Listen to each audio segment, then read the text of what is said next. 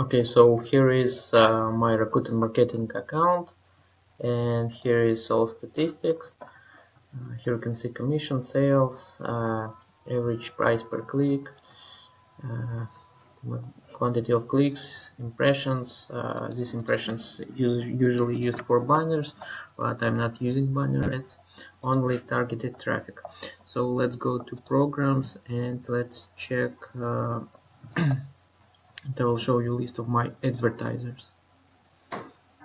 So as you can see, 25 pages, almost 200 advertisers got approved my account, and I'm promoting different programs.